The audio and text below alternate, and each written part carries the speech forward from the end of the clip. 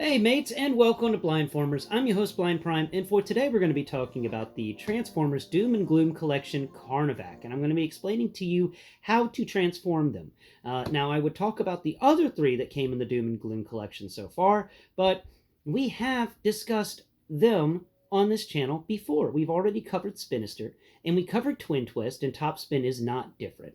And we also covered Hound. Hound was the first Blindformers episode, and that hasn't changed either transformation wise.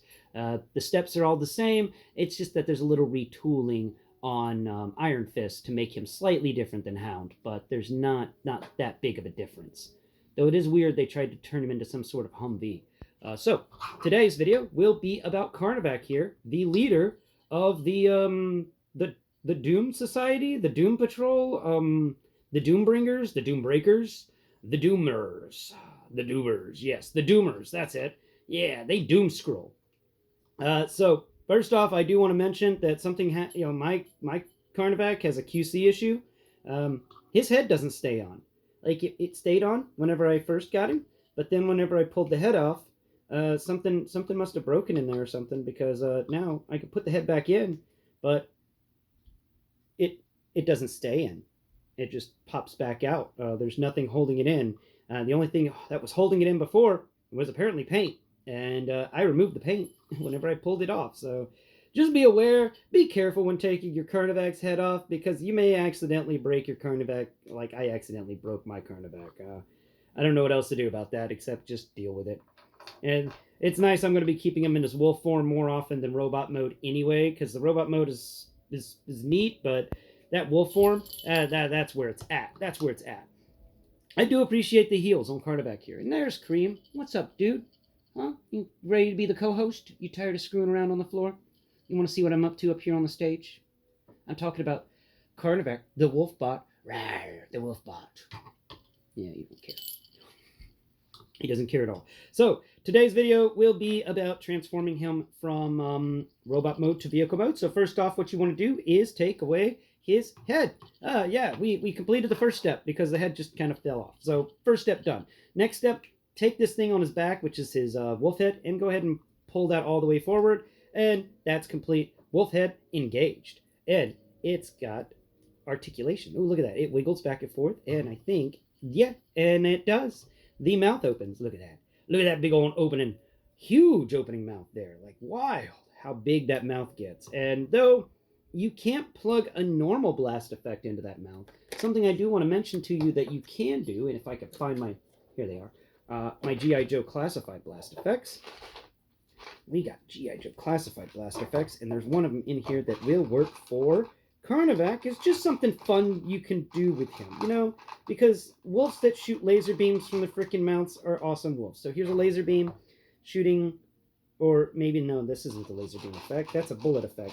We want the laser beam effect. Where's our laser beams? We need our laser beams. Got your laser beams. Aha, aha, aha. Here's a laser beam. It's a tiny one, but it's still a laser beam. And we can plug it into his mouth. And then we just shut the mouth slightly. There we go. Now you got him shooting a laser beam from his mouth, if you just wanted to do that. I just wanted to showcase that his mouth opens and you can put a G.I. Joe blast effect in there. The regular blast effects are just too big, but the G.I. Joe ones do work. So, or if you have Marvel Legends, you can use some of those blast effects that come in the Marvel Legends. But go ahead and close that mouth up. Now let's work on the hands and transform them real quick.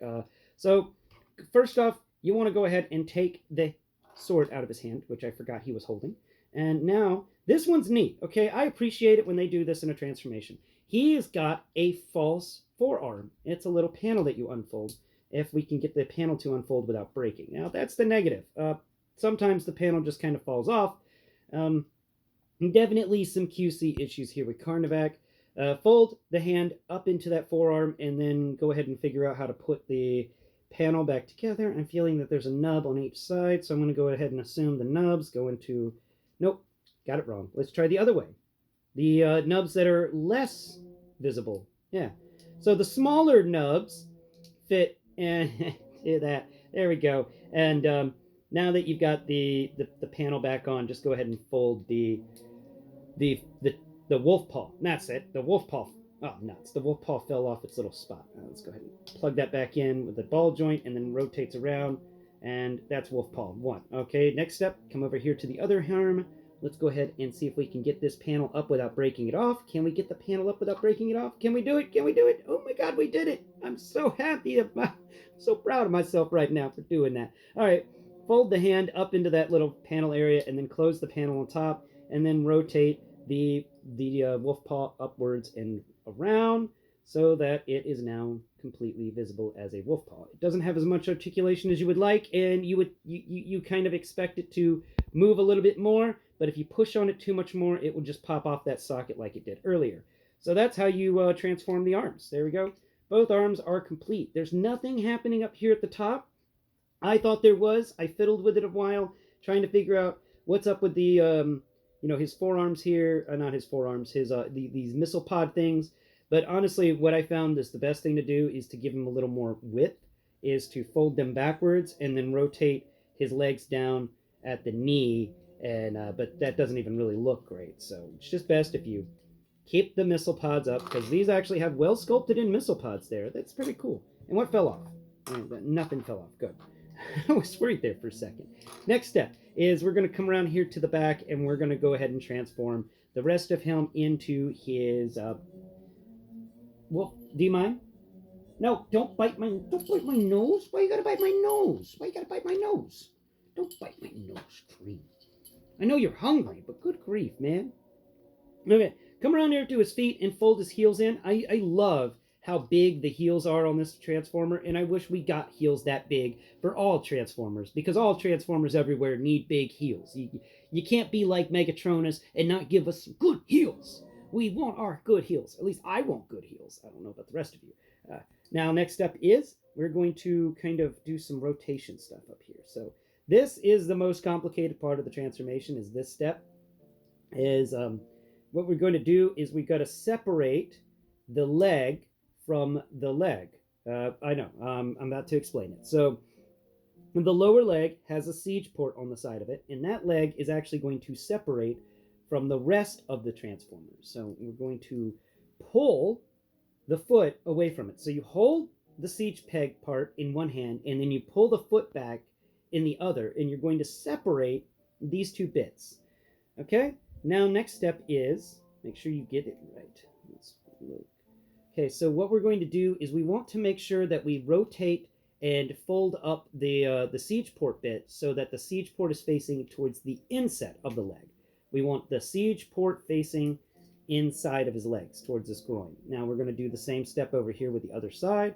We're going to pull the leg away from that thing, twist it around, and then match siege ports together, okay?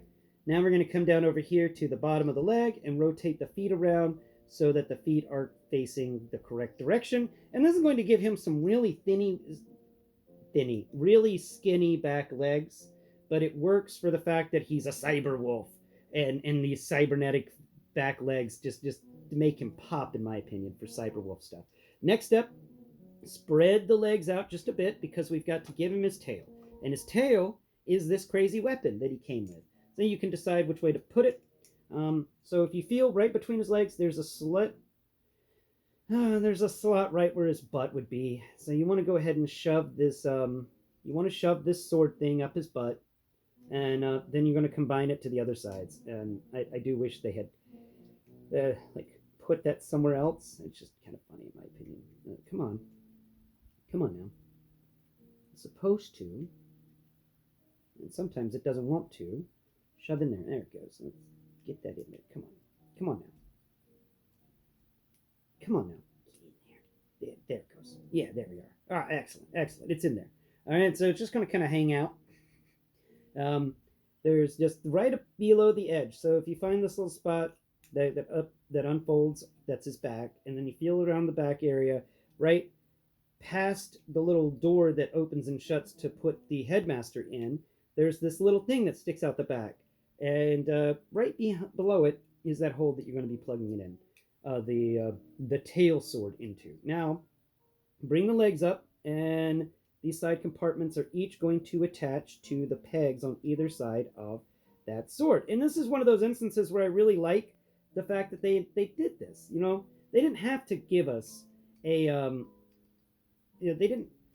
For the first time ever, we're using both of these siege pegs. Like, I think I've seen it done before in Megatron, where we've had some sort of weapon that has a siege peg on each side, and then you close the arms around it, and it's usually done for tanks and stuff. And I really like the fact that we're doing it now for a tail. There we go. The tail is solid; it is in there, and then these legs get folded down.